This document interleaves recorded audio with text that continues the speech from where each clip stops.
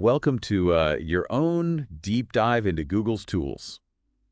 Um, Seems like you're really interested in how they affect our lives. So we've got a ton of articles and reports lined up just for you. Get ready, because we're going to cover everything from Gmail and YouTube to AI stuff like Bard. It really is interesting how Google's kind of just become a part of how we use the internet, don't you think? Yeah, totally. Like, it's hard to imagine a day without using at least one or two of their things. Let's start with something that's practically the same as email now. Gmail. I mean, those spam filters are pretty amazing. Yeah, for sure. Gmail spam filtering is a big reason why everyone uses it. And the way it all connects with other Google stuff like Calendar and Drive makes it super easy to use. But that convenience does come with a price, you know? Remember all that controversy about Google scanning emails for ad targeting? Oh, yeah, that was a big deal. Some people were really upset about it, saying it was like invading their privacy. But others said it was a fair trade for a free and really good email service. Exactly. It all comes down to where we decide the line is between convenience and our privacy. Google says that by collecting our data, they can give us more personalized services. But it's up to each person to decide if that's okay with them. It's a tough call. Now, Gmail's great for personal email, but what about when you need to work with a team? I've heard some mixed things about Google Chat and Meet. Yeah, you're right. Compared to things like Slack or Zoom, they don't always have as many features. I remember reading about someone who was trying to use a virtual background in Google Meet, and they were totally lost because it wasn't as easy to figure out as it is in Zoom. Keeping things simple can be good or bad. Some people like how straightforward Google is, while others wish they had more advanced options. Makes sense. Speaking of simple, Google's productivity tools kind of have that same vibe. Google Drive gives you 15 GB for free, which sounds pretty generous. But then when you realize all the other Google things share that space, it can fill up fast. Oh, yeah. That's definitely a way to get you to pay for their Google One plans, which give you more storage and other perks. Then you've got the big three: Docs, Sheets, and Slides. Being able to work together in real time is a game changer. But I've had my fair share of formatting issues when trying to get things into Word. The classic Docs to Word problem. It just shows how tricky it can be to get different platforms to work together. Even in today's world where everything's supposed to be connected, Google's tools work great within their own little world. But sometimes it feels like those walls are kind of high. True. And while we're on the topic of getting things done, let's not forget about Google Forms. It may not be as fancy as some other survey platforms, but it's simple and easy to use, which is perfect when you need to collect data quickly. Right. Google Forms is a good example of how Google tries to provide really practical tools for everyday things. It may not have all the bells and whistles of more specialized tools, but it gets the job done well and often for free. Exactly. Now, switching gears to the business and advertising side of things, we have to talk about Google Ads. It's a huge platform, but it can be kind of intimidating, especially for small businesses. The thing that makes Google Ads so powerful is how precisely you can target specific people with your ads. But that power can come with a big price tag. One smart tip I saw was to start with a small daily budget and track how much you're spending so you don't get any bad surprises. That's definitely good advice, Yeah. especially for people who haven't used it before. Then, on the analytics front, the free version of Google Analytics is a no-brainer for website owners. But the paid version, Google Analytics 360, is kind of mysterious. It's strange that they don't just tell you how much Google Analytics 360 costs. You have to talk to a salesperson to get a quote, which might make some people hesitant. It's like they're saying, if you have to ask, you probably can't afford it. Maybe. But let's not forget about the platform that totally changed how we watch videos, YouTube. Ah, YouTube, the king of video. It's free to use, which is awesome.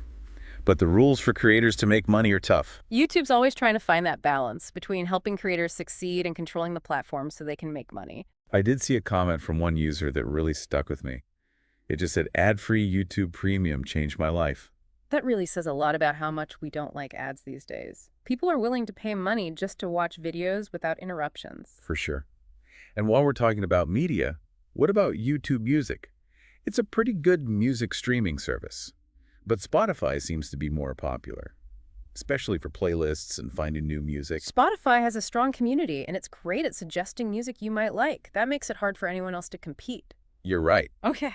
Ready to move into the physical world with Google's hardware. Let's go. Their Pixel phones are known for having amazing cameras. And then there's their whole smart home system built around Nest.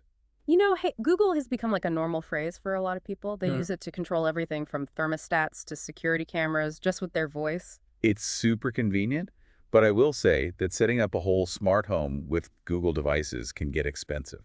Yeah, that's true. But there's no denying that how seamlessly their software and hardware work together is really attractive for people who want their whole home connected. All right, you ready to jump into the world of AI? This is where things get really interesting. Absolutely. Let's explore the tools and technologies that are shaping the future.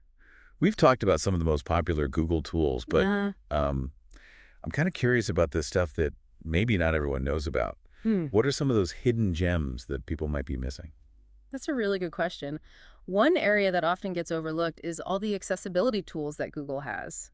They've built features into a lot of their products to make things easier for people with disabilities. That's really cool. I have to admit, I don't know a lot about those tools. What are some examples? Sure, like live caption. It automatically creates captions for audio and video on all sorts of platforms. It's super helpful for anyone who's deaf or hard of hearing. That makes so much sense. Yeah. I've seen those captions on YouTube videos, but I never really thought about how important they are for some people. And it's not just captions. They've got things like screen readers that can read text out loud, voice control, so you can do things without using your hands. And you can even customize the display settings to make their products more accessible for everyone. It's amazing how those tools can really help people use technology in ways they couldn't before. It shows how Google can make the digital world more inclusive. Totally agree. It's something that all tech companies should be focusing on, and it's great to see Google making an effort. Absolutely. Now, we can't talk about Google without mentioning the tool that started it all, Google Search. It's such a part of our lives that Google it has basically become a verb. It's true. Billions of people around the world use Google search to find information. But what's really fascinating is how it's going beyond just matching keywords. They're using AI and machine learning to actually understand what people are looking for and then give them even better results. I've noticed that it feels like sometimes Google knows what I want before I even finish typing. It's kind of creepy, but also super helpful. It's that mix of convenience and like magic that keeps us coming back. While we're talking about tools that we can't live without, let's talk about Google Maps. I mean, it's completely changed how we navigate, right? Oh yeah, totally. I use Google Maps constantly, especially when I'm traveling. It saved me from getting lost so many times. It's gone way beyond just getting you from point A to point B. They've added real-time traffic updates, street view pictures, and even indoor maps for some places. It's like having a tour guide in your pocket. And it's not just for individuals. Businesses can use it too to list their locations, show off what they offer, and connect with potential customers. Exactly. It's essential for local businesses to get themselves online and reach more people. It's incredible how Google Maps brings the digital and physical worlds together, making it so easy to find information about our surroundings. I'm curious, with things like augmented reality and virtual reality becoming more popular, how do you think Google Maps will change in the future? That's a great question. I think we'll see Google Maps become even more immersive and interactive.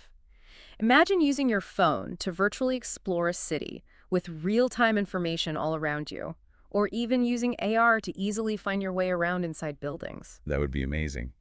It's like Google Maps is becoming a doorway to a richer, more detailed experience of the world. Exactly. Which leads us to a bigger question. What's Google's ultimate goal with all of these tools? What's the big plan? It's something to think about. Hmm. Some people might say their mission is simply to organize the world's information Mm. and make it accessible and useful for everyone. That's definitely a good goal, and it's what's driven a lot of their innovation. But some people think Google wants to go way beyond that, to become a crucial part of every aspect of our digital lives. That's where things get a little more complicated, right? It brings up questions about data privacy, whether they have too much power, and how algorithms might be influencing our choices and what we believe. You're right. Those are really important things to consider. As we become more and more dependent on Google's tools and services, we need to be aware of what we might be giving up for convenience and how much control we have over our own information. I think that's a key takeaway from our deep dive so far. Google has created this amazingly powerful and convenient system, but we have to be smart and careful about how we use it. Couldn't have said it better myself. Let's take a quick break, and when we come back for the last part of our deep dive, we'll explore some of the challenges and opportunities ahead in this constantly changing digital world. Sounds good. I'm looking forward to diving into the next chapter of this story. Say hello to BizSac Pro Academy, the one-stop tool that makes your digital business life easy, effective, and extraordinary. Imagine everything you need all in one place. Lead generation, campaign management, automation magic, and that's just the beginning. Surf to www.bizsacproacademy.com and see for yourself. But wait, it gets better. because we don't just hand you the tools and say good luck. We're here to teach you how to use them like pro for free. Yes, free teachings all waiting for you at www.bisecroacademy.com. That's www.bisecroacademy.com. At free teachings, not just about the tools, but everything you need to master digital marketing. Step-by-step lessons, insider secrets, and strategies that work. Head over to www.bisecroacademy.com right now to get started with BizSacro Academy. You're not just building business, you're building legacy. Whether you're just starting out or scaling to the stars, we've got your back. So what are you waiting for? Join the BizSacro Academy family today and discover the easiest, smartest, and most powerful way to grow your online business. Success is just a click away at www.bisecroacademy.com. All the tools, all the teachings, all for you. Don't forget. Okay, so we've talked a lot about how awesome and easy Google's tools are, but let's be real. Yeah. Is there like a downside to all this? Anything we should be worried about? That's a big question, and one that we should definitely think about. Like we talked about earlier, one of the biggest worries is data privacy. Google collects a ton of information about everyone who uses their stuff. You know, from what we search for to where we go to what we do online. It's like a giant library of information, and it makes you wonder, how are they using it? And is it safe? Yeah, I've definitely had those moments where I see an ad for something I literally just talked about with a friend or something I searched for online. It's kind of cool when the suggestions are right, but it also makes you think, how much does Google actually know about me? It's a trade-off that I think a lot of people struggle with, you know, getting all these personalized services, but maybe losing some privacy. Google says they have really strong rules about protecting our data and that we have control over it, but it's a complicated issue. And it's not just about our own privacy, right? Yeah.